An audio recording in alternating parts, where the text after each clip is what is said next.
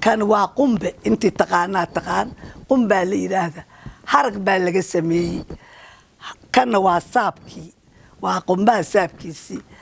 قنباس صبا قال له شو باسك صبا قال له شو بيجري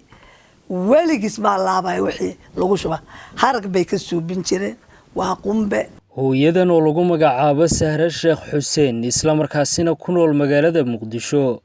ayaa waxay hooygeeda ku ururinaysay muddo 28 sanadood ah agabka hidaha iyo dhaqanka ee Soomaalida oo isugu jira kuwa hore oo si dabar go'aya iyo kuwa ilaa hadda laga isticmaalo deegaanada Soomaalida. Hooyo Sahra waxay sheegtay in iyadu ay lacag ku bixiso alaabaha hidaha iyo dhaqanka kana iibsada cid u keenta. hooyo waxaa jira ilaahay umadiisa cid waliba shaqay leedahay amal bay leedahay ay u jarmaado waxaa jooga dad alaabtaas inay ka biix mushtaraan ku shaqaysta jooga dadkaas ku shaqaysta baan u adeegsaday markaad u adeegsato aad keento oo ka iibiso ayaguna himad bay sii helayaan markaas meel walba gelayaan guri walba gelayaan xas walba gelayaan baadiye tagayaan markaasay soo aruuriyaan waa ka iibiyaan waxaan u waxeeyay markii aan arkay hidiya dhaqankii suugaantii af Soomaaligii wixii aanu lahaan jirnay oo sii gurahaya oo sii dhamaanaya marka arkay waxaan iri kaalintee baad ka geli kartaa waa gurnay kaalintee ka geli kartaa markaasaan waxaan ogaaday tii anigu aan hidaha u lahaa waa alaabtan hidiya dhaqanka yaan awalba jeclaa alaabtii inaan aruuriyo yaan isku dayay waxaana hadda iguba khasbay waayaan dambe wixii oo dhan oo sii socdo oo dhamaanaya arkay inaan caruurta adinku aad ka mid tihiin inaan idiin xafido oo idiin celiyo hidiin iyo dhaqankiin.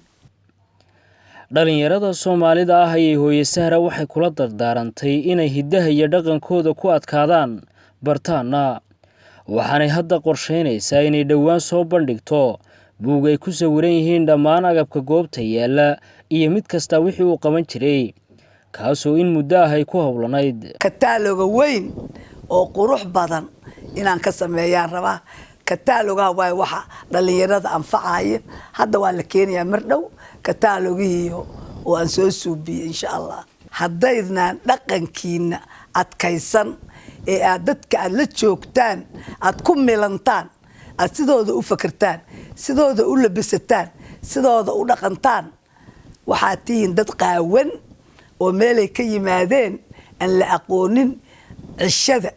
dhaqankiina hidiina ku faana waxaad ku faantaan baad ma qabtaan ayagii baad ka mid tihiin ummadii alla nooleydeen ayagii baad ka mid tihiin. Hadiya Cabdiraxmaan Jaamac oo ka mid ah gabdhaha ay dhashay hooyo Sahra Sheekh Xuseen ayaa waxay sheegtay in tan iyo yaraanteedii ay arki jirtay hooyadeed oo ururinaysa agabkani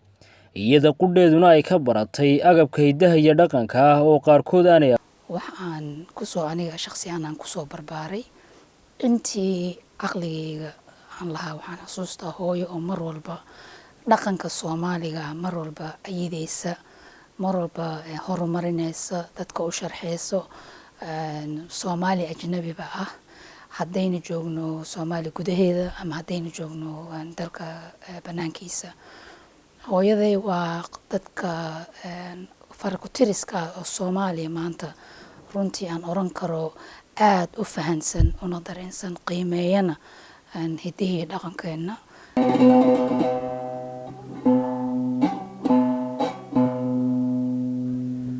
waa Idris Bershiya telefishinka Universal